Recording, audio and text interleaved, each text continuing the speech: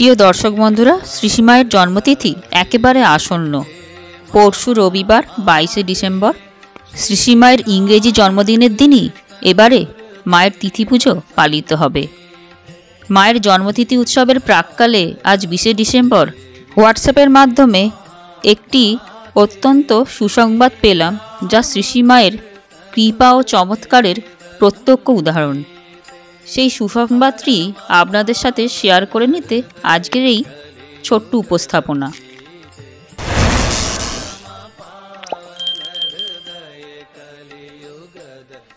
সুসংবাদটি হল পূজ্যপাদ শ্রীমৎ স্বামী শ্রীধরানন্দজি মহারাজ, যিনি বর্তমানে অস্ট্রেলিয়ার সিডনি বেদান্ত সোসাইটির মিনিস্টার ইনচার্জ, আজ শতবর্ষে পা রাখলেন, অর্থাৎ আজকে তার 100তম জন্মদিন।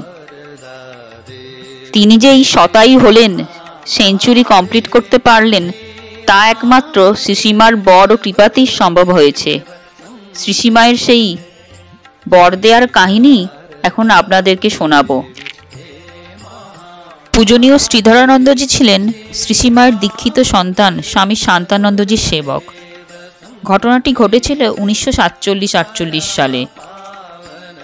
পূজনীয় শ্রীমৎ স্বামী চেতনানন্দজি তার প্রাচীন সাধুদের কথা গ্রন্থে স্বামী শান্তানন্দজি স্মৃতিচারণ করতে গিয়ে লিখছেন, শান্তানন্দজি মহারাজের যখন কাশীতে টিবি ধরা পড়ে 1947-48 সালে, তখন শ্রীধরানন্দজি তাঁর সেবক ছিলেন। মহারাজকে জানানো হয়নি যে তাঁর টিবি হয়েছে। তারপর স্বামী বিরজানন্দজির ব্যবস্থাপনায় তাকে সিমলা টিবি হসপিটালে পাঠানো হলো। তখন তিনি জানতে পারেন তার টিবি হয়েছে। 2005 সালের 23শে মে শ্রীধরানন্দজি এই অপূর্ব কাহিনীটি বলেন, যা আমি ডায়েরিতে লিখে তার দ্বারা অ্যাপ্রুভ করিয়ে নিই। শ্রীসীমা শান্তানন্দজিকে বলেছিলেন, জীবনে যদি কোনো সংকট আসে আমাকে স্মরণ করো। নিজেকে কয়েকদিনের জন্য অপর লোকেদের থেকে আলাদা রেখে খুব করে জপ ধ্যান ও প্রার্থনা করো এবং আমার কাছে জিজ্ঞাসা করবে মা কি করব। ওই সময় অল্প খাবে, নিজের দেহ মন পবিত্র রাখবে। যতটুকু না হলে নয় ততটুকুই অপরের সঙ্গে কথা বলবে।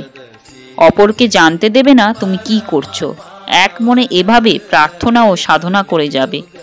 কখনো ধৈর্য হারাবে না। যদি দেখো আমার আদেশ পেতে বা আমার উত্তর পেতে দেরি হচ্ছে, তাতেও ধৈর্য হারাবে না। যদি দেখো কোনো উত্তর আসছে না, তবে জানবে তোমার মন এখনো সেই স্তরে আসেনি যাতে তুমি আমার আদেশ পাও।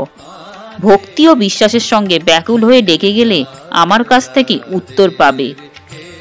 তাঁর টিবি হয়েছে জেনে শান্তানন্দজি খুবই চিন্তিত হয়েছিলেন, কিন্তু তিনি চিন্তিত হয়েছিলেন নিজের জীবনের জন্য নয়, চিন্তিত হয়েছিলেন তাঁর সেবক সলিল মহারাজ অর্থাৎ স্বামী শ্রীধরানন্দজিকে নিয়ে। কারণ সেবক হিসাবে শ্রীধরানন্দজি শান্তানন্দজির সঙ্গে সবসময় থাকতেন এবং একই ঘরে বাস করতেন। এর ফলে স্বামী শান্তানন্দজির থেকে তার মধ্যেও টিবির সংক্রমণ হওয়ার সম্ভাবনা প্রবল ছিল। সেই জন্য শান্তানন্দজি অত্যন্ত চিন্তিত হয়ে শ্রীসীমায়ের শরণাপন্ন হন এবং নিরন্তর শ্রীসীমায়ের কাছে প্রার্থনা করতে থাকেন। দিন তিনেক পরে শান্তানন্দজি মায়ের দর্শন ও আদেশ পেয়েছিলেন। তিনি মাকে বলেছিলেন, মা, আমার যদি টিবিতে মৃত্যু হয় তাতে আমার কোনো দুঃখ নেই, কিন্তু এই ছেলেটা সলিল যে আমার সেবা করছে, এর যেন টিবি না হয়, এই আমার প্রার্থনা। মা সম্মতি জানিয়েছিলেন। তারপর শান্তানন্দজি একথা শ্রীধরানন্দজিকে বলেছিলেন। শ্রীসীমায়ের আশীর্বাদে শ্রীধরানন্দজির কোনোদিন টিবি তো হয়নি, বরঞ্চ মায়ের কৃপা ও আশীর্বাদের ফলেই তিনি আজকে শতবর্ষে পা রাখলেন, শতায়ু হলেন। মায়ের কৃপায় শতবর্ষে পদার্পণকারী এই প্রাচীন সন্ন্যাসী পরম পূজনীয় শ্রীমৎ স্বামী শ্রীধরানন্দজির কণ্ঠস্বরে তাঁর জন্মদিন উপলক্ষে আশীর্বাণী এখন বন্ধুরা উপস্থাপিত করা হলো। I am overwhelmed by your good wishes and prayers for my well-being on my birthday.